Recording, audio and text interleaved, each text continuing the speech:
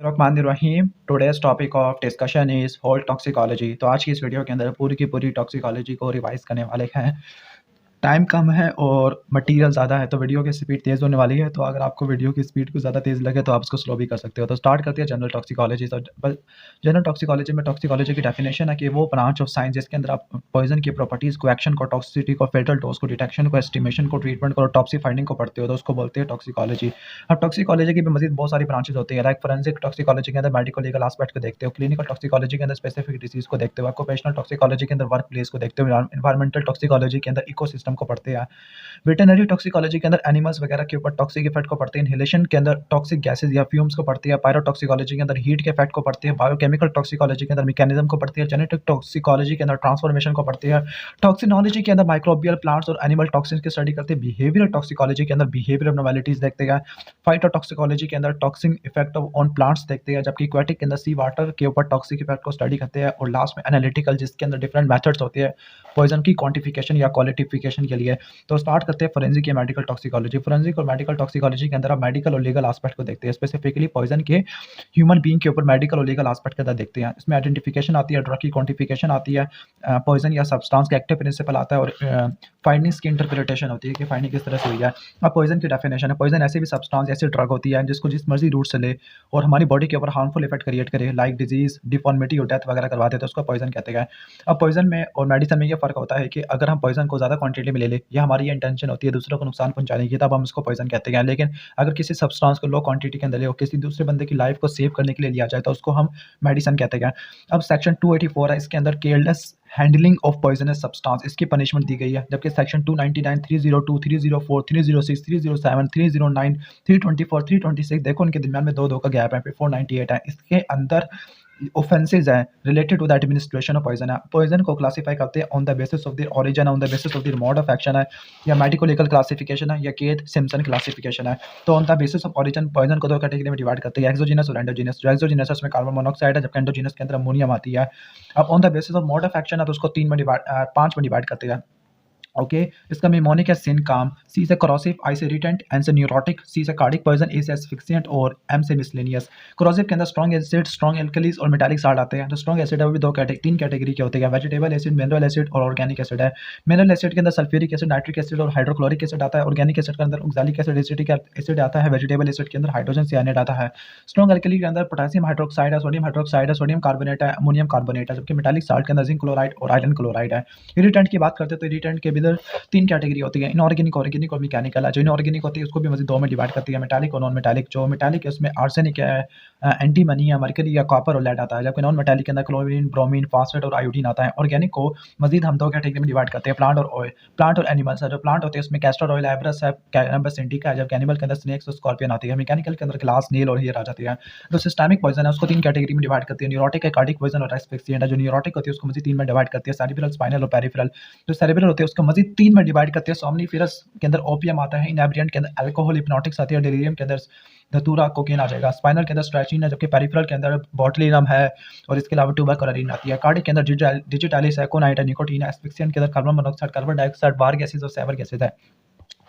Miscellaneous category के अंदर analgesic आती है, एनाल्जेसिक में एस्पिरिन, एस्टामिनोफेन है, एंटीहिस्टामिन के अंदर डाइफिन, हाइड्रोमिन और टर्फिनाडिन आती है। ट्रैंक्विलाइजर के अंदर diazepam, chloral hydrate, antidepressant, hallucinogen, stimulant. वैसे आपने इनमें से कोई भी याद नहीं करना स्पेशल टॉक्सिकोलॉजी के अंदर, सिवाय एस्पिरिन और क्लोराम्फेनिकोल।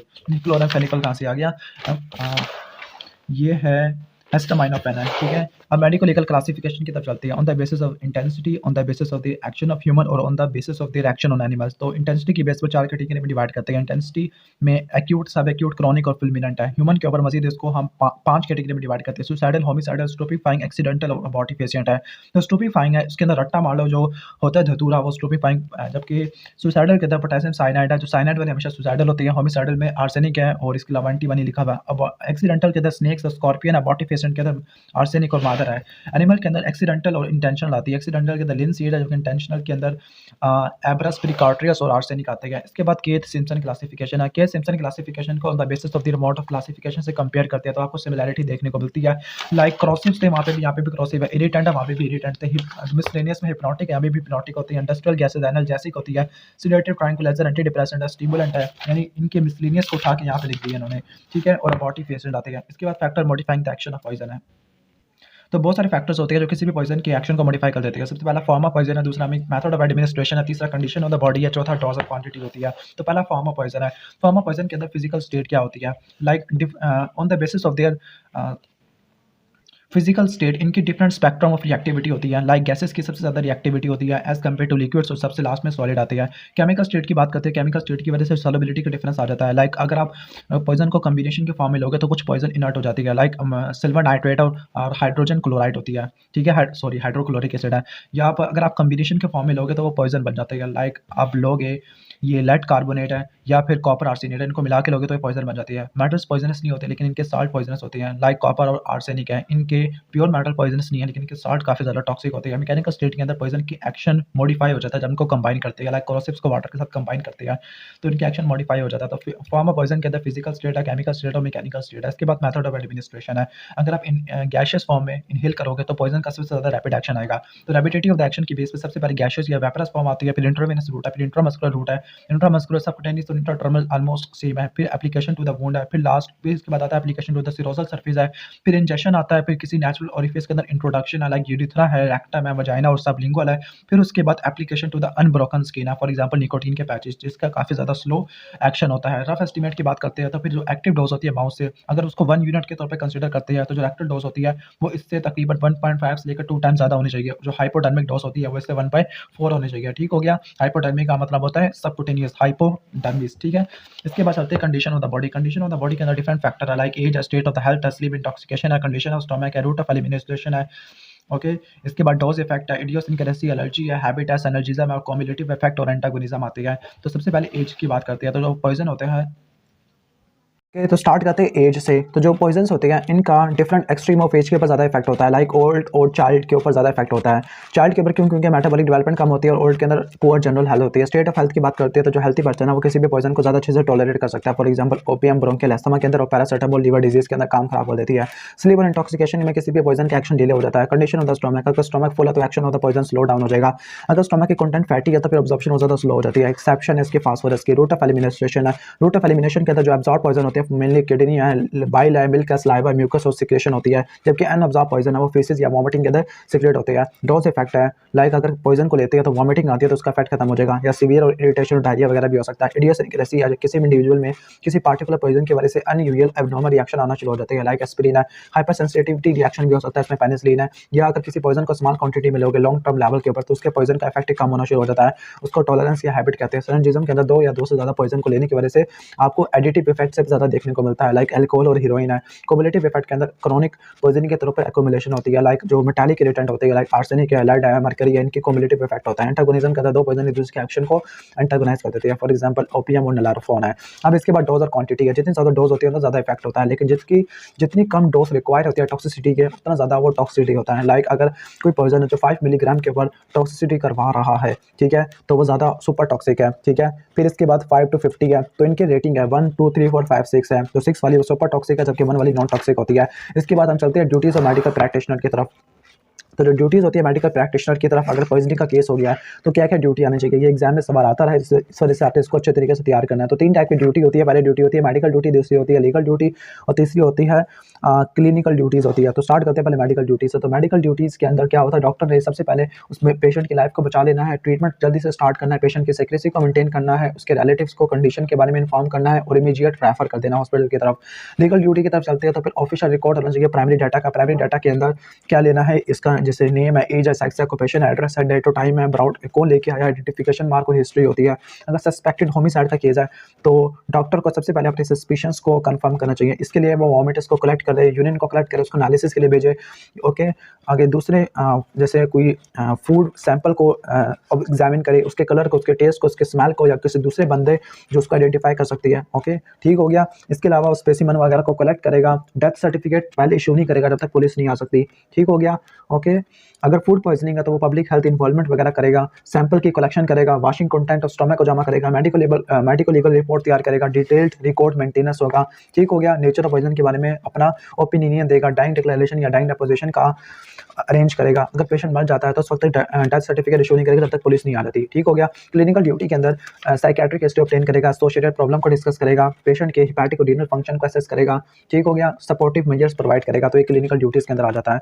अब treatment in case of poisoning है तो मेन एम्स क्या होते हैं, क्या मकसद होते हैं, ताकि पेशेंट को जिंदा से ज़्यादा रखना, स्पेसिफिकली रिस्पायरेशन और सर्कुलेशन को मेंटेन करना, पेशेंट को पॉइजन से छुटकारा दिला देना बाय मेटाबॉलिज्म और एक्सक्रीशन है, और पेशेंट के सिम्पटम को कंट्रोल करना। ये तुम्हारी 3 मेन एम होती है। अब जनरल ट्रीटमेंट क्या होती है, तो जनरल ट्रीटमेंट तो ये स्केच बना हुआ है, वैसे उसको ना याद करो, इतना इंपॉर्टेंट नहीं है, लेकिन ये इंपॉर्टेंट है। प्रिंसिपल और ट्रीटमेंट, तो प्रिंसिपल और ट्रीटमेंट के अंदर पहली हेडिंग आती है स्टेबलाइजेशन और इवैल्यूएशन की आती है। नंबर 2 के अंदर आपने डिकंटामिनेशन पढ़नी है। डिकंटामिनेशन में भी जो इंजेक्शन वाला होगा उसको मजीद गैस्ट्रिक लेवज में डिवाइड करते हैं, एमएसएस में डिवाइड करते हैं, एक्टिवेटेड चारकोल है, बोवल इरिगेशन है, कैथारसिस और डाइल्यूशन आ जाती है। तीसरा पॉइजन एलिमिनेशन है और चौथा एंटीडोट की एडमिनिस्ट्रेशन होती है। इन सबको हमने स्टडी करना है। तो स्टार्ट करते हैं हम स्टेबलाइजेशन एंड इवैल्यूएशन से। तो स्टेबलाइजेशन के अंदर एबीसी को मेंटेन करना है। ए से एयरवे, बी से ब्रीथिंग और सी से सर्कुलेशन होती है। पिपिलरी साइज को असेस करना, लाइट रिफ्लेक्स को, आई मूवमेंट को चेक करना होता है। कॉन्शियसनेस को चेक करना, कॉन्शियसनेस को चेक करने के लिए 2 टाइप के स्केल होते हैं, एक रेट क्लासिफिकेशन, दूसरा ग्लासगो कोमा स्केल होती है। ओके, तो ये रेट क्लासिफिकेशन है, वो आगे ग्लासगो कोमा स्केल है, जिनको आपने वार्ड्स में पढ़ लिया होगा। आई मोटर और वर्बल रिस्पांस होता है। डिकंटामिनेशन के अंदर आइस होता है। आइस के अंदर कॉपियस वाटर से वॉश करते हैं 15 से लेकर 20 मिनट तक।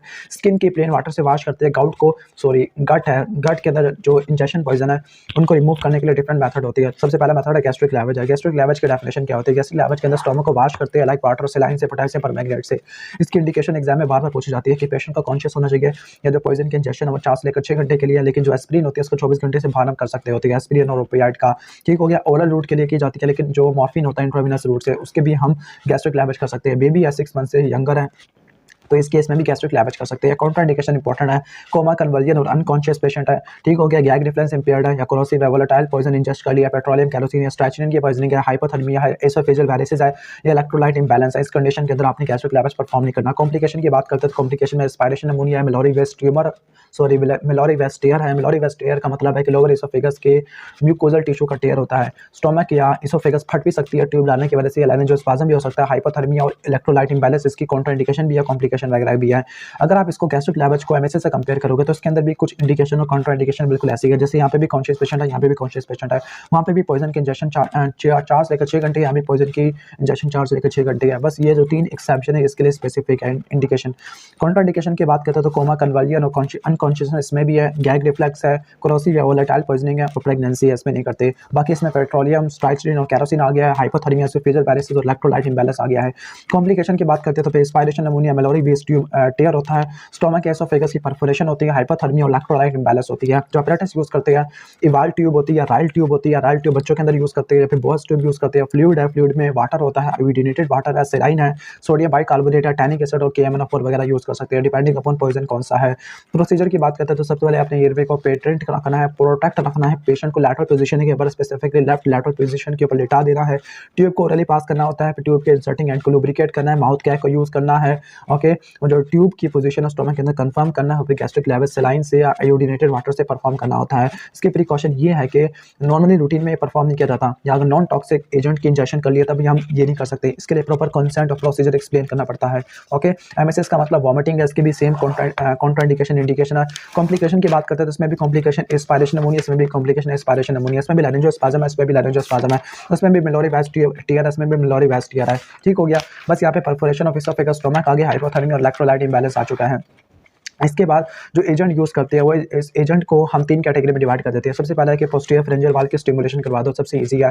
या फिर आप हाउस होल्ड लिमेटिक यूज़ कर सकते हैं। हाउस होल्ड लिमेटिक के अंदर गर्म पानी होता है, वार्म वाटर होता है। अडल्ट में 2 से लेकर 3 कप होते हैं, बच्चों में 1 से लेकर 2 कप होते हैं।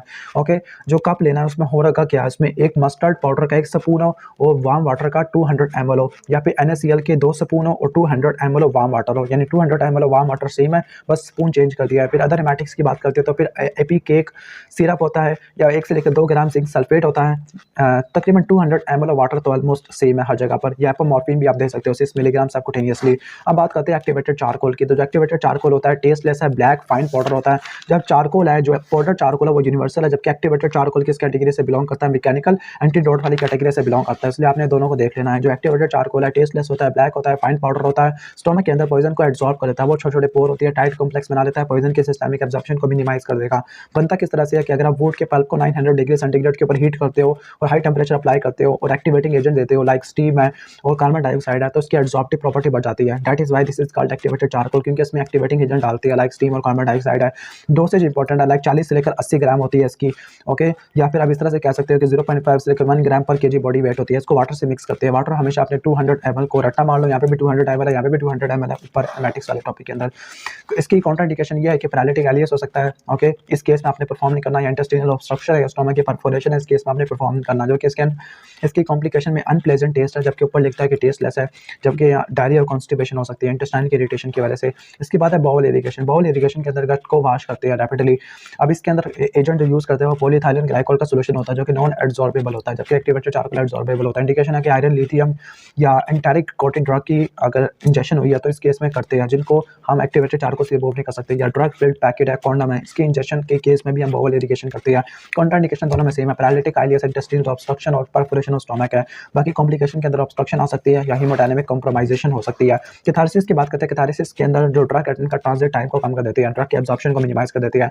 जो एजेंट हम यूज़ करते हैं वो आयोनिक या सलाइन कैथार्टिक्स होती है, ओके। तो मैग्नीशियम सिट्रेट है, मैग्नीशियम सल्फेट और सोडियम सल्फेट होती है। तो ये 3 एजेंट हम यूज़ करते हैं। इसके अलावा सैकराइड कैथार्टिक भी यूज़ कर सकते हैं। ये तो सलाइन कैथार्टिक था, तो सैकराइड कैथार्टिक के अंदर कार्बोहाइड्रेट यूज़ करेंगे, लाइक सॉर्बिटोल और डिग्लूसिटोल होता है। इंडिकेशन है कि ये मेटल्स वगैरह के लिए परफॉर्म की जाती है, लाइक लेड होती है, मरकरी है, आर्सेनिक होती है, फास्फोरस के लिए यूज़ की जाती है। लेकिन इसके कॉन्ट्राडिकेशन है कि स्ट्रॉन्ग कोरोसिव पॉइजनिंग का इस्तेमाल नहीं करना, इलेक्ट्रोलाइट इम्बैलेंस की कंडीशन में नहीं करना, मैग्नीशियम कैथार्टिक को रीनल डिसफंक्शन के अंदर नहीं करना, या सोडियम कैथार्टिक है उनको chronic congestive heart cardiac failure के अंदर नहीं करना। इसके बाद डाइल्यूशन के अंदर चलते हैं। डाइल्यूशन के अंदर हम उसको 5 ml पर kg of the body weight पानी देंगे, कोई क्लियर लिक्विड देंगे, ताकि हम किसी भी पॉइजन को डाइल्यूट कर सके और उसको बॉडी से एलिमिनेट करा सके। तो ये तो था इंजेक्शन के लिए। अब है पॉइजन के एलिमिनेशन। पॉइजन के एलिमिनेशन के लिए या तो रीनल एक्सक्रीशन करा सकती है, फ्लूइड ज़्यादा दे सकते हैं ओरली, या फिर फोर्स डायूरेसिस करवा सकते हैं, यूरिन की पीएच को अल्टर कर सकते हैं। सलाइन डायूरेसिस किस चीज़ के लिए यूज़ होता है? जो सलाइन डायूरेसिस होता है ये न्यूट्रल के लिए यूज़ होता है। इसका निमोनिक है F80 फैट या EFT याद रख लो। फैट है चलो, फ्लोराइड, अल्कोहल और थीलियम होती है। जब एल्कलाइन डायूरेसिस होता है ये एसिडिक ड्रग के लिए इस्तेमाल होता है, लाइक मिथोट्रिक्सेट है,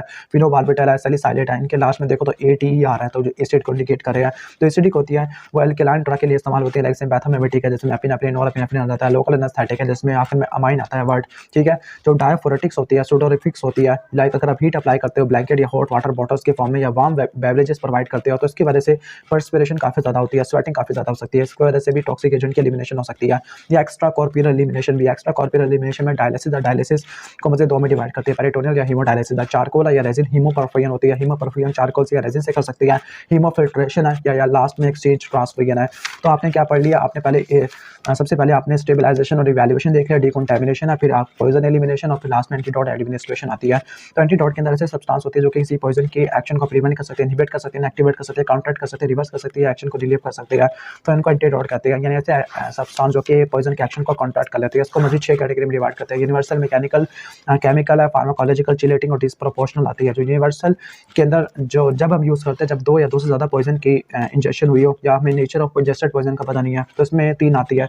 पाउडर चारकोल है, मैग्नीशियम ऑक्साइड और टैनिक एसिड होता है। टैनिक एसिड का एक पार्ट होता है जो कि मेटल को प्रेसिपिटेट करता है। मैग्नीशियम ऑक्साइड एसिड को न्यूट्रलाइज करती है। पाउडर चारकोल एब्जॉर्ब्ड एल्कलीज के लिए होता है। इसके 2 पार्ट होते हैं, मैकेनिकल या फिजिकल के अंदर जो एब्जॉर्प्शन को मिनिमाइज कर देता है। इसमें डिमल्सन है, बल्कि फूड एक्टिवेटेड चारकोल है।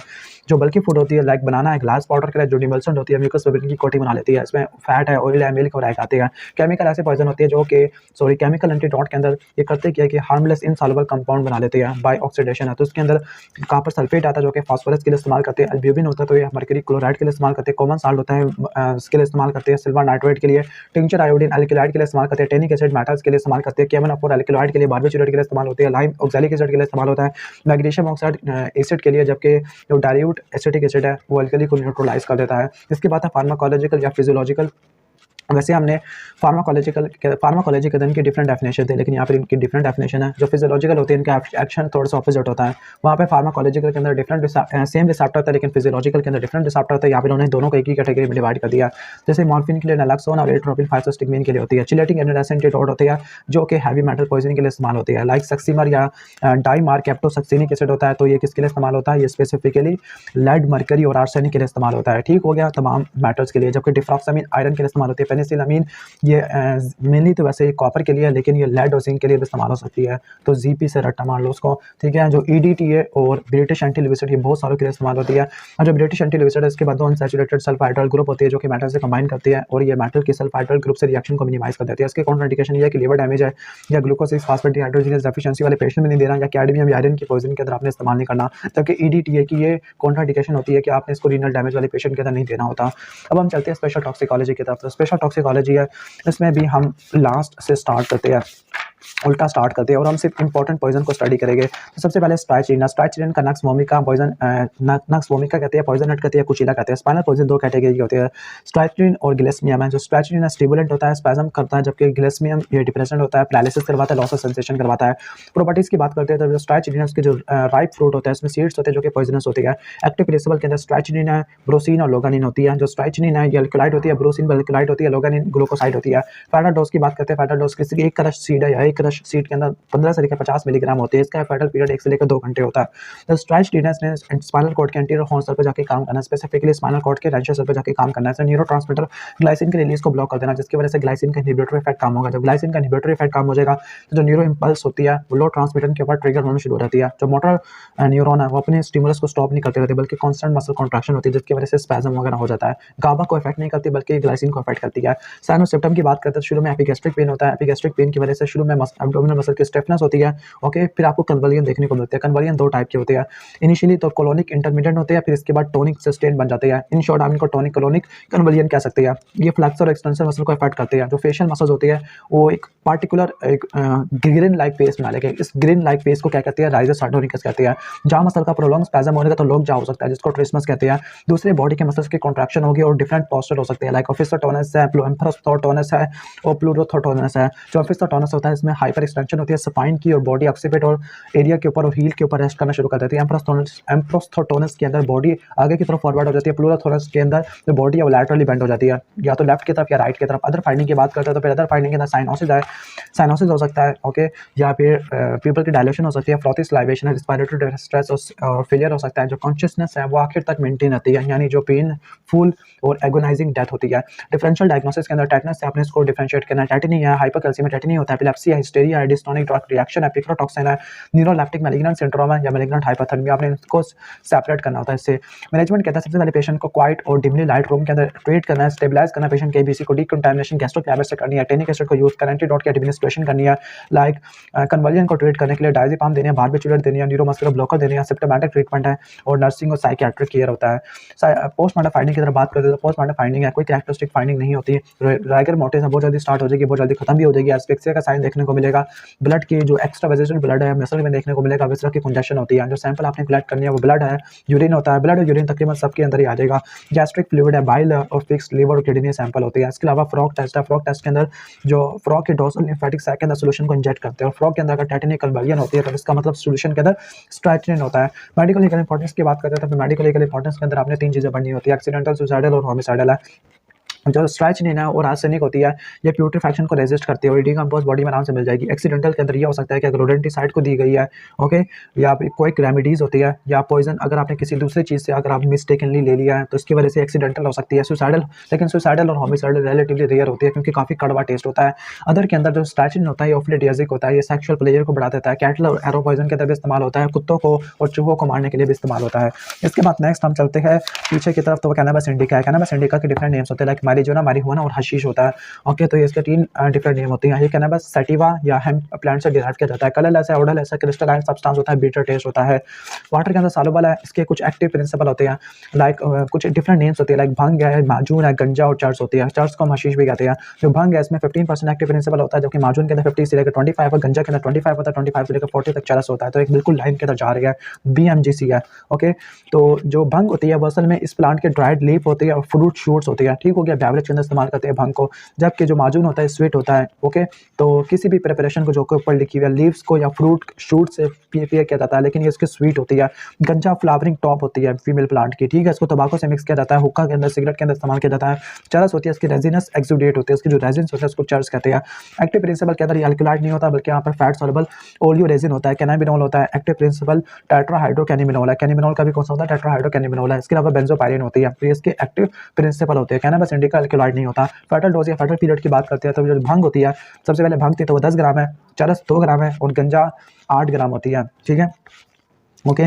इसके बाद हम आगे चलते हैं। माजून का कुछ भी नहीं लिखा हुआ क्योंकि माजून एक स्वीट डिश होती है। ओके, इसके बाद मोड ऑफ एक्शन की बात करते हैं तो जो ट्राई हाइड्रोकैनाबिनोल है और इसके अलावा यहाँ पे बेंजोपायरिन भी होती है, बेंजोपायरिन कार्सिनोजन होती है, इसके अलावा ओलियोरेजिन्स भी होती है। ठीक हो गया, ये ब्रेन के ऊपर जाके एक रिसेप्टर होते हैं जिनको एनेंटिमाइड रिसेप्टर कहते हैं, वहाँ पर जाके बाइंड करके स्टिमुलेंट, सेडेटिव और हेलुसिनोजन एक्शन देखने को मिलता है depending upon dose of their timing है। कैटेकोलामिन की रिलीज करवा देते हैं जिसकी वजह से टैकीकार्डिया होगा और सिम्पैथेटिक रिफ्लेक्स को ब्लॉक करना शुरू कर देती है। फाइनली उसकी वजह से ऑर्थोस्टैटिक हाइपोटेंशन होती है। 2 स्टेजेस होती है, पहले स्टेज ऑफ एक्साइटमेंट और स्टेज ऑफ नार्कोसिस है और यही आपको कोकेन के अंदर भी देखने को मिलता है। कोकेन में भी स्टेज ऑफ एक्साइटमेंट और स्टेज ऑफ डिप्रेशन देखने को मिलती होती है।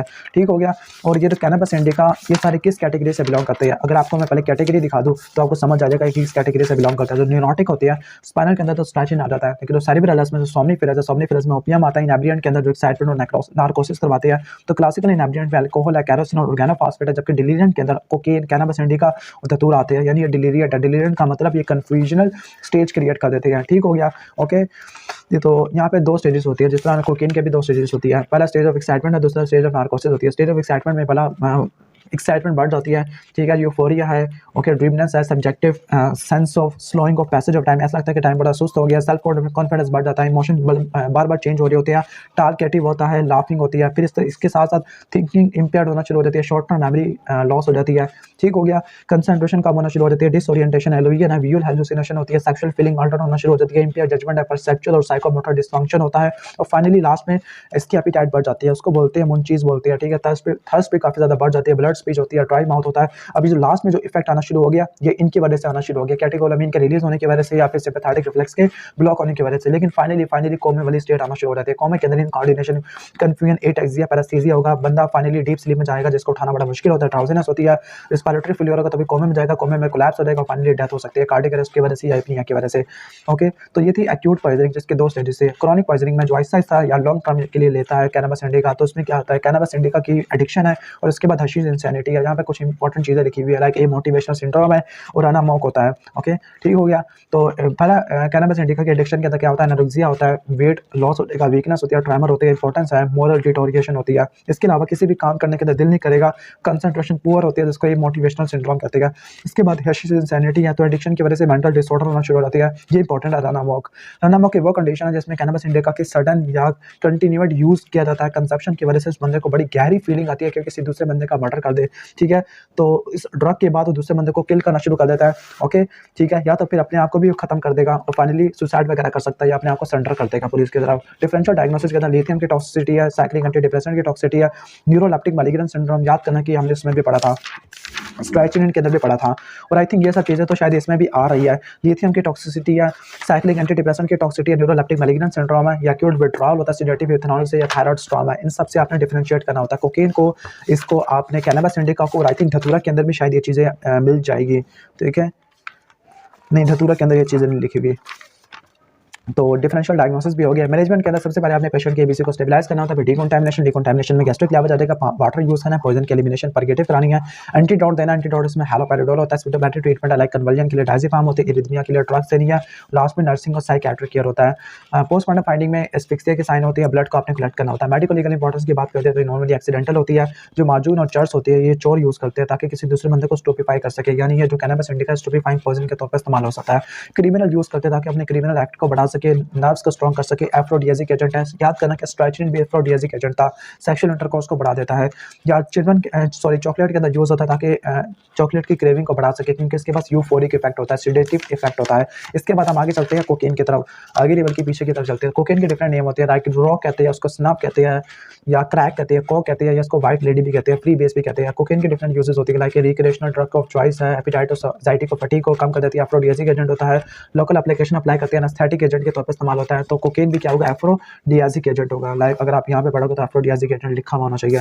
चलो आगे प्रॉपर्टीज ऑफ प्रिपरेशन की तरफ बात करते हैं। तो ये भी कलरलेस है, ओडरलेस और क्रिस्टलाइन सब्सटेंस है, बिल्कुल कैनबिस इंडिका वाली पॉइजनिंग है। तो यहाँ पे ये अल्कलॉइड है, जबकि कैनबिस इंडिका अल्कलॉइड नहीं होता। ये कोका प्लांट है जिसको एरिथ्रोक्साइलोन कोका कहते हैं, वहाँ से निकाला जाता है। अब इसकी प्रिपरेशन है जिसको याद करने की कोई ज़रूरत नहीं है। फैटल डोज की बात करते हैं, फैटल डोज इसकी 20 मिलीग्राम होती है। ये इसकी फैटल डोज इंपॉर्टेंट है, रट्टा मान लो। उसको फैटल डोज 20 मिलीग्राम इंट्रावेनस में या फिर 1 मिलीग्राम होती है ओरली। फेटल पीरियड के अंदर 1 से लेकर 2 घंटे का। याद करना कि फेटल पीरियड 1 से लेकर 2 घंटे कैनबिस इंडिका के अंदर भी था, ठीक है, ओके। नहीं, फेटल पीरियड इसमें 12 घंटे था, फिर पता नहीं किस में था, स्ट्रेच में होगा। फिर मोड ऑफ एक्शन की बात करते हैं तो जो कोकेन होता है आपको पता है कि नट को ब्लॉक कर देता है कि नट क्या है, नॉरएपिनेफ्रिन रिएप्टिक ट्रांसपोर्टर होता है, तो ये हाइपर एड्रेनर्जिक स्टेट क्रिएट कर देता है जिसकी वजह से मोनोअमीन ऑक्सीडेज मोनोअमीन न्यूरोट्रांसमीटर की रिलीज बढ़ जाती है, फिर अपने डोपामिन और नॉरएपिनेफ्रिन का लेवल बढ़ जाएगा, वहाँ प्री सिनेप्टिक न्यूरॉन में जाके बाइंड कर देती है, उनके अपटेक को ब्लॉक कर देती है। लोकल एनेस्थेटिक भी ऑप्शन होता है, यानी ये न्यूरॉन के इंपल्स को, नर्व इंपल्स को ब्लॉक कर देती है। शुरू में कॉर्टेक्स को स्टिमुलेट करते हैं, बाद में इनहिबिट करना शुरू कर देती है। डेट मींस कि एक्यूट पॉइजनिंग की 2 स्टेजेस होती है। शुरू में एक स्टेज ऑफ एक्साइटमेंट है, उसके बाद स्टेज ऑफ डिप्रेशन आना शुरू हो जाती है, ओके। तो स्टेज ऑफ एक्साइटमेंट के अंदर नंबनेस और टिंगलिंग वगैरह आना शुरू हो जाती है, फेस फ्लश होता है, स्किन पेन होती है। जीआईटी के ऊपर देखो तो बीटा टेस है, सिक्रीनेशन कम हो गया, बिल्कुल सिंपैथेटिक वाली आ रही है। लाइक सीएनएस के ऊपर मिलिट्रेसिस है, हेडेक है, यूफोरिया है, रेस्टलेसनेस है, एक्साइटमेंट है, टालकेटिवनेस है, डिलीरियम है, हेलुसिनेशन है, बिल्कुल वही चीजें हैं जो आपने कैनबिस इंडिका के अंदर भी पढ़ी हुई थी। रेस्पिरेटरी सिस्टम के ऊपर टैकिपनिया, डिस्निया और साइनोसिस होती है। सीवीएस के ऊपर टैकीकार्डिया, हाइपरटेंशन और वेंट्रिकुलर एरिथमिया होता है, लिबिडो बढ़ जाती है, टेंपरेचर हाइपोथर्मिया होता है और पीपल डायलेट होना शुरू हो जाती है, बिल्कुल सिंपैथेटिक स्टिमुलेशन है। लेकिन यहाँ पे आके कॉर्टेक्स डिप्रेस होना शुरू हो जाएगा। अब कॉर्टेक्स की एक्टिविटी खत्म हो जाएगी तो मसल की रिफ्लेक्सेस ड्रॉप हो जाएगी, कोमा हो जाएगा, पीपल फिक्स हो जाएगी, डायलेटेड हो जाएगी, फ्लैसिड पैरालिसिस होती है, loss of water vital support है। रेस्पिरेटरी सिस्टम के अंदर शीन स्टॉक्स ब्रीथिंग आना शुरू हो जाती है, साइनोसिस है, रेस्पिरेटरी फेलियर है और फीवर रेस्पिरेशन होती है। सीवीएस के ऊपर कार्डियक अरेस्ट हो सकता है, सर्कुलेटरी फेलियर हो सकता है, ओके। क्रोनिक पॉइजनिंग को एडिक्शन कोकेनोमेनिया, कोकेनोफेजिया या कोकेनिज्म कहते हैं। इमैसिएशन होती है, वेट लॉस हो सकता है, जीआईटी में एनोरेक्सिया हो सकता है, रिप्रोडक्टिव में लिबिडो लॉस हो जाती है, गायनेकोमास्टिक गैलेक्टोरिया इंपॉर्टेंस वगैरह हो सकती है। फेस के ऊपर फेशियल पैलर हो सकता है, टंग और टीथ ब्लैक होती है, अल्सरेशन होती है, रिजल सेप्टम स्नफ होता है, ठीक है, ओके, अल्सरेशन देखने को मिलती है। अब यहाँ पे एक इंपॉर्टेंट सिंड्रोम लिखा हुआ है, मैग्रेन सिंड्रोम या कोकेन बग्स होती है, इसको टैक्टाइल हेलुसिनेशन कहते हैं। इससे बंदा ऐसा फील करता है जैसे उसकी स्किन के नीचे बहुत सारे रेत के जर्रे हैं या उसकी स्किन के ऊपर कोई छोटे छोटे इंसेक्ट चल रही है और उसको इची सेंसेशन क्रिएट हो जाती है, जिसको फॉर्मिकेशन कहते हैं। ब्रोमोक्रेप्टिन इसकी क्रेविंग को रिड्यूस कर देती है, ओके। अब डिफरेंशियल डायग्नोसिस के अंदर वही चीज़ है कि लिथियम है, ट्राइसाइक्लिक एंटीडिप्रेसेंट है, न्यूरोलेप्टिक मैलिग्नेंट सिंड्रोम है, acute withdrawal from the sedative ethanol है और थायराइड स्टॉर्म है। इनसे आपने डिफरेंशियल डायग्नोस करना होता है। स्टेबलाइजेशन के अंदर पेशेंट के एबीसी को स्टेबलाइज करना है, डीकंटामिनेशन का स्टेप होता है, फिर डीकंटामिनेशन के अंदर गैस्ट्रिक लैवेज परफॉर्म करना है, ओके। तो एक्टिवेटेड चारकोल या गैस्ट्रिक लैवेज परफॉर्म करना, केमनोफोर के साथ नोज या थ्रोट के ऊपर अगर हो या, ठीक है, तो कॉपियस वाटर या सेलाइन अप्लाई करना, इंजेक्शन होता है, फिर टॉर्निक्विड अप्लाई करना इंजेक्शन वाली साइड से ऊपर। एंटीडोट की एडमिनिस्ट्रेशन करनी, एंटीडोट इसमें हैलोपेरिडोल होता है। याद करना कि हैलोपेरिडोल कैनबिस इंडिका के अंदर भी इस्तेमाल करते हैं। सिम्प्टोमेटिक ट्रीटमेंट में डायज़िपाम है कन्वलियन के लिए और एरिथमिया, हाइपरटेंशन और टैकीकार्डिया को ट्रीट करने के लिए ड्रग्स होती है। नर्सिंग और साइकियाट्रिक केयर है, इनकी मैनेजमेंट और कैनबिस इंडिका की मैनेजमेंट ऑलमोस्ट सेम होती है क्योंकि एक ही कैटेगरी से बिलोंग करते हैं। पोस्टमार्टम फाइंडिंग की बात करते हैं तो नॉन स्पेसिफिक फाइंडिंग है, ओके। नॉन स्पेसिफिक फाइंडिंग के अंदर लीनर एक्सक्रेशन हो सकती है, क्रैक पाइप बर्न्स हो सकती है, फिंगर के थम्स के थर्मल इंजरी हो सकती है, फेस के अपर एयरवे की ट्रिकल साइड देखने को मिल सकती है, लाइक एंटीक्यूबिटल फोसा या टंग के ऊपर या टिप और टॉप ऑफ फीट के ऊपर intense asphyxial sign cardiac dilation देखने को मिल सकती है। एस्फिक्सिया की वजह से डेथ हो सकती है। ब्लड जो सैंपल कलेक्ट करनी है उसमें ब्लड होता है, ब्लड में फ्लोराइड ऐड कर देना है। स्किन होती है, इंजेक्शन साइड से नेजल म्यूकोसा के स्वैब लेनी है, ब्रेन वगैरह लेना है। ड्रग ऑफ एब्यूज है, फिजिकल डिपेंडेंस, फिजियोलॉजिकल डिपेंडेंस हो जाती है, ओके। बॉडी कहता है जो कोकेन है वो रैपिडली डिस्ट्रॉय हो जाता है। एक्सीडेंटल पॉइजनिंग की वजह से क्या हो सकता है, डेथ भी हो सकती है। लाइक एक्यूट इंटॉक्सिकेशन की वजह से एग्रेसिव या पैरानाइड बिहेवियर होता है। जो प्रोस्टिट्यूट होती है वो कोकेन के सोल्यूशन को बजाने के अंदर इंट्रोड्यूस करता है ताकि लोकल कंस्ट्रक्शन और इंटॉक्सिकेशन वगैरह हो, ठीक है, ओके। तो वहाँ पर सेक्सुअल प्लेयर के तौर पर एफ्रोडियाजिक एजेंट के तौर पर इस्तेमाल करते हैं। जो बॉडी पैकर सिंड्रोम या बॉडी स्टफर सिंड्रोम हो सकता है। बॉडी पैकर सिंड्रोम के अंदर ऐसे लोग जिन्हें कोकेन की स्मगलिंग करनी होती है तो वह किसी ड्रग को बैलून या कॉन्डम के अंदर या पॉलीथाइलिन बैग के तरह स्टोर कर लेते हैं, इसको स्वेलो कर लेते हैं और फिर इसको छुपा लेते हैं, इसको बोलते हैं बॉडी पैकिंग। लेकिन अगर इंटेस्टिनल ऑब्स्ट्रक्शन हो सकती है या फिर अगर वो बैग या कॉन्डम फट जाता है तो फिर इसकी वजह से सडन डेथ भी हो सकती है। बॉडी स्टफर सिंड्रोम के अंदर ऐसे लोग जो कि कोकेन को स्मगल करते हैं, ओके, तो ऐसा ना हो कि कहीं वो पकड़े ना जाए तो वो ड्रग को स्वेलो कर लेते हैं ताकि उसको छुपा सके। तो इसकी वजह से भी कोकेन की पॉइजनिंग हो सकती है, तो उसको बॉडी स्टफर सिंड्रोम कहते हैं। इसके बाद पीछे की तरफ चलते हैं तो पीछे धतूरा को थॉर्न एप्पल, जिमसन सीड या हेल्थ बेल्स कहते हैं। प्रॉपर्टीज है कि इसके जो फ्रूट है वो सेफेरिकल होते हैं, शार्प सपाइन होती है इसके, तो इसके सारे के सारे पार्ट होते हैं पॉइजनस होते हैं। इसके जो सीड्स है वो चिली सीड को रिजेंबल करते होते हैं, ठीक है। तो धतूरा के एक्टिव प्रिंसिपल की बात करते हैं तो धतूरा का जो एक्टिव प्रिंसिपल है वो बेलेडोन अल्कोलाइड होता है। इसमें हायोसियान है, स्कोपोलामीन कहते हैं, हायोसियामीन है और एट्रोपिन होता है। एट्रोपिन आपने मेनली याद करना है, यानी एंटी मस्कुलिनिक एक्शन होगा। फेटल डोज के अंदर इसकी स्टूपिंग फाइन डोज 40 से लेकर 50 सीड्स होती है, ठीक है। फेटल पीरियड 4 से लेकर 24 घंटे होता है। अभी आप बेशक फेटल डोज फेटल पीरियड को छोड़ दो, लास्ट में आकर याद कर लेना। मोड ऑफ एक्शन की बात करते हैं जो एट्रोपिन और हायोसियानी होती है, ओके, यानी स्कोपोलामीन है या एसिटाइलकोलिन रिसेप्टर को ब्लॉक कर देती है। नॉन स्पेसिफिक मस्कुलिनिक एंटी मस्कुलिनिक ड्रग होती है। सिम्पैथोमिमेटिक या पैरासिम्पैथोलिटिक एक्शन प्रोड्यूस करना शुरू कर देती है। शुरू में तो सीएनएस को स्टिमुलेट करते हैं, लेकिन बाद में सीएनएस को डिप्रेस कर देती है। वेगोलिटिक एक्शन की वजह से हार्ट की स्टिमुलेशन होती है, यानी टैकीकार्डिया वगैरह हो सकता है। इसके साइनस सिम्पटम को याद करने का निमोनिक होता है 9D, या फिर इसको आप इस तरह से याद कर सकते हो कि हॉट एज अ क्या था, रेड एज अ बीट है, हॉट एज अ हेयर है, okay, blind as a bat है और मैड एज अ हिटर है, ठीक है, या mad as a bat hand लिखा हुआ है। तो 9 डी होती है। एक डी से ड्राइनेस है, डिस्पेजिया, डिसआर्थी है, डिप्लोपिया, ट्राई हॉट सकीर है, डायलेशन है, ड्रंकन गेट है, डिलीरियम और ड्राउजीनेस होती है। तो इसके लिए 9 डी आपने याद कर लेनी है। दूसरे साइनस सिस्टम के अंदर एक और एक डी आ गया जिसमें डिमिनिश वॉवल साउंड है, या डिस्टेंशन होती है, यूरिनरी ब्लैडर की इरेगुलर पल्स होती है, रिस्पिरेशन बढ़ गई है, या पे स्कैरल लैटिनिफॉर्म क्रैशेस होती है, एमनीजिया वगैरह हो सकता है। डिफरेंशियल डायग्नोसिस में ड्रंकनेस या हीट स्ट्रोक से आपने इसको डिफरेंशिएट करना है। जब भी किसी पॉइजन की मैनेजमेंट आती है तो सबसे पहले आपने क्या लिखना है, स्टेबलाइज करना है एबीसी, फिर डिकंटामिनेशन, डिकंटामिनेशन गैस्ट्रिक लेवल और एक्टिवेटेड चार को लिख देना। एंटीडोट की एडमिनिस्ट्रेशन करनी है। यहाँ पे एंटीडोट होती है फाइसोस्टिग्मीना, पाइलोकार्पिन और प्रोस्टिग्मीना, सिम्प्टोमेटिक ट्रीटमेंट है, और लास्ट में नर्सिंग और साइकियाट्रिक केयर होती है। पोस्टमार्टम फाइंडिंग के अंदर एक्सटर्नल फाइंडिंग है तो एस्फिक्सिया, तो इंटरनल फाइंडिंग के अंदर जो सीड्स होती है स्टोमक के अंदर स्मॉल इंटेस्टाइन के अंदर मिल जाती है, प्यूट्रिफैक्शन को रेजिस्ट करती है। स्टोमक के अंदर म्यूकोसा की इन्फ्लेमेशन होती है, लंग्स एडिमेटस होती है, कंजेस्टेड होती है। हार्ट के ऊपर पेटिकुलर हेमरेजेस देखने को मिलती है, स्पेसिफिकली एंडोकार्डियम के ऊपर। मेडिको लीगल इंपॉर्टेंस की तरफ आते हैं तो मेडिको लीगल इंपॉर्टेंस के अंदर एक्सीडेंटल, सुसाइडल, होमिसाइडल आ जाती है। जो एक्सीडेंटल है वो चिली सीड से मिस्टेकनली हम ईट कर सकते हैं, सुसाइडल रेयर होती है, होमिसाइडल भी हो सकती है। जो धतूरा सीड है स्टोफिफाइंग एजेंट होती है। स्टूपेफाइंग एजेंट का मतलब ऐसे एजेंट होते हैं जो लोगों को गुरूद की तारी करवा देती है। अब लोग जो रॉबर्स होते हैं, चोरी करने वाले, क्या करते हैं, धतूरा सूट को फूड या ड्रिंक के साथ मिक्स कर देते हैं और इसको ट्रेन के अंदर ले आती है, पैसेंजर को देती है, पैसेंजर की स्टूपेफाइंग होती है, गुरूदगी में चले जाते हैं। फिर जो धतूरा होता है फिर इसकी वजह से वो दूसरे बंदे को लूट लेती है, तो उसको रेल रोड पॉइजन या फिर इसको स्टूपेफाइंग पॉइजन भी कहते हैं। इसके बाद पीछे की तरफ चलते हैं तो पीछे का आई थिंक ऑर्गेनोफॉस्फेट है। अब ऑर्गेनोफॉस्फेट पैरासिम्पैथोमिमेटिक है, और जो भी हमने अभी पढ़ा है धतूरा वो पैरासिम्पैथोलिटिक होती है। जो ऑर्गेनोफॉस्फेट होती है उसको दो कैटेगरी में डिवाइड करते हैं, on the basis of the toxicity या केमिकल कंपोजिशन। केमिकल कंपोजिशन की बेस पर इसको दो कैटेगरी में डिवाइड करते हैं, अल्काइल और एराइल फॉस्फेट। तो अल्काइल फॉस्फेट है, इसके अंदर डाइक्लोरफॉस है, डिमिफॉक्स है, एचईटीपी है, टीपीपी है, मेलाथियोन आता है। जबकि इसमें पैराथियोन है, पेरोक्सोन है, क्लोरथियोन है, डाइजिनोन जिसको टिक 20 कहते हैं। टॉक्सिसिटी की बेस पर इसको 3 में डिवाइड करते हैं, एग्रीकल्चर, एनिमल और हाउस होल्ड टॉक्सिसिटी है। तो एग्रीकल्चर के अंदर हाईली टॉक्सिक होता है, इसमें टीपीपी और पैराथियोन आ जाता है, ठीक है। ये ठीक है। एनिमल के अंदर हम कह सकते हैं कि ट्राइक्लोरफॉक्स है और इसके अलावा रोनेल आता है, जबकि हाउस होल्ड पॉइजन के अंदर मेलाथियोन और टिक 20 आ जाता है, ठीक है, जिसको डाइजिनोन भी कह सकते हैं हम। ओके, इंसेक्टिसाइड के तौर पर हर्बिसाइड के ऊपर, एंटी हेलमिंथी एजेंट के ऊपर इस्तेमाल होता है, थर्मिक एजेंट के तौर पर इस्तेमाल होते हैं। लाइक आपको पता है कि जो इकोथायोफेट है वो ग्लोकोमा के अंदर इस्तेमाल होता है, केमिकल इंडस्ट्री है, नर्व गैसेस के तौर पर इस्तेमाल होते हैं। मेलाथियोन और डाइजिनोन के 1 ग्राम होते हैं, जबकि पैराथियोन और टीईपीपी के 100 मिलीग्राम इस्तेमाल होते हैं। फेडरल ड्रॉप पीरियड है, फेडरल पीरियड इसका 10 डेज होता है, अनट्रीटेड केस में 0 से लेकर 6 आवर्स तक होता है। ऑर्गेनोफॉस्फेट क्या करते हैं, एसिटाइलकोलिनेस्टरेज एंजाइम को इनहिबिट कर देते हैं, ओके। और फाइनली उसकी वजह से क्या होगा, पैरासिम्पैथोमिमेटिक इफेक्ट देखने को मिलती है, ओके। तो इसके जो साइनस सिम्पटम है on the basis of their exposure या on the basis of their receptor और सीएनएस आपने ये वाले तैयार करनी है, ठीक है। वैसे इसका निमोनिक आपने फार्माकोलॉजी में पढ़ा था, उसका डंबल्स होती है। इसकी वजह से स्लज सिंड्रोम हो सकता है। स्लज के अंदर salivation, lacrimation, urination, diarrhoea, gastrointestinal distress और इमेसिस होती है on the basis of their receptor और सीएनएस। तो जीआईटी के बाद सलाइवेशन बढ़ जाती है, नोजिया, वोमिटिंग का रेट्रोस्टर्नल पेन, एब्डोमिनल क्रैम्प पर डायरिया और फीकल इनकॉन्टिनेंस होती है। सीएबीएस के ऊपर ब्रैडीकार्डिया और हाइपरटेंशन हो सकती है, ओके। इसके अलावा टैकी जो पहले हम स्क्रीनिंग को कवर कर लेते हैं। सी रेस्पिरेटरी सिस्टम के ऊपर इनोरिया हो सकता है, सिक्रेशन बढ़ गई है, ब्रोंकोस्पाज्म, कफ है।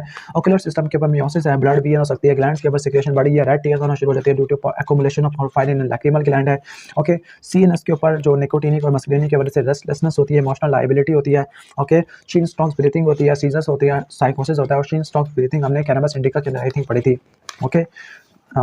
कि नहीं सॉरी, कोकीन कर देती है, स्टॉक्स ब्रीथिंग, ओके। मसल की फैसिकुलेशन निकोटीन के इफेक्ट की वजह से हो सकती है। डिफरेंशियल डायग्नोसिस उसका निमोनिक होता है, ओके। गियर है, गियर हेयर, फिर आगे जी लगा दिया, जी से गैस्ट्रोएंटेराइटिस है, एच से आई थिंक बनेगा हीट प्रोस्ट्रेशन है, हाइपोग्लाइसीमिया वगैरह बन सकता है। ए से हम कह सकते हैं अस्थमा हो सकता है, इन्फ्लुएंजा, निमोनिया, कार्बन मोनोऑक्साइड की पॉइजनिंग होती है। आर से हम कह सकते हैं कि राइस सिंड्रोम है, और एस से सेप्सिस, मेनिंजाइटिस और एन्सेफलाइटिस होता है। तो आपने इसे डिफरेंशियली डायग्नोस करना होता है।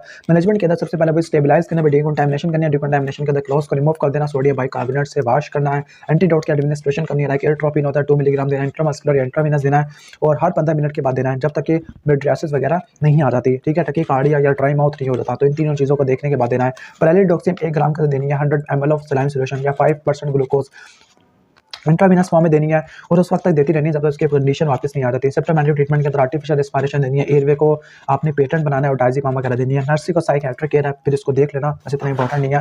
पोस्टमार्टम फाइंडिंग के अंदर आप क्या आते हैं, पोस्टमार्टम फाइंडिंग के अंदर नॉस्ट्रल्स माउथ से कैरोसिन लाइक स्मेल आना शुरू हो जाती है, लिप्स की, फिंगर्स की और नोज की साइनोसिस होती है, डीप पोस्टमार्टम स्टेनिंग होती है, फ्रॉथी डिस्चार्ज होता है फ्रॉम द नोज और माउथ, दैट मींस कि एस्फिक्सियल डेथ हो चुकी है, ओके। इंटरनल फाइंडिंग के अंदर स्टोमक का जो म्यूकोसा और इंटेस्टाइन का म्यूकोसा कंजेस्टेड होता है, कैरोसिन लाइक स्मेल देखने को मिलती है, रेस्पिरेटरी पैसेज वे लंग्स वो भी कंजेस्टेड होते हैं, न्यूरोपैथी, हेमरेजिक एक्सुडेट होती है, पेटेंशियल हेमरेजेस देखने को मिल सकते हैं, एडीमा और कंजेशन होती है, वेस्ट्रल ऑर्गन की ओबिलियन का एडीमा होता है। मेडिकल लीगल पॉइजन की तरफ आते हैं। ओके, तो मेडिकल लीगल पॉइजन के अंदर एक्सीडेंटल है, एक्सीडेंटल हो सकती है, सुसाइडल हो सकती है, होमिसाइडल हो सकती है। होमिसाइडल रेयर है, okay, due to detectable smell of diluent है, यानी केरोसिन लाइक स्मेल होती है, तो पता चल जाता है। होमिसाइडल बड़ा मुश्किल है। अब आप पीछे की तरफ आ जाते हैं, तो पीछे है कैरोसिन। अब कैरोसिन वैसे इतना इंपॉर्टेंट नहीं है। आई थिंक वीडियो का टाइम काफ़ी ज़्यादा हो गया है, बाकी हम इंशाल्लाह ताला नेक्स्ट वीडियो में कवर करेंगे।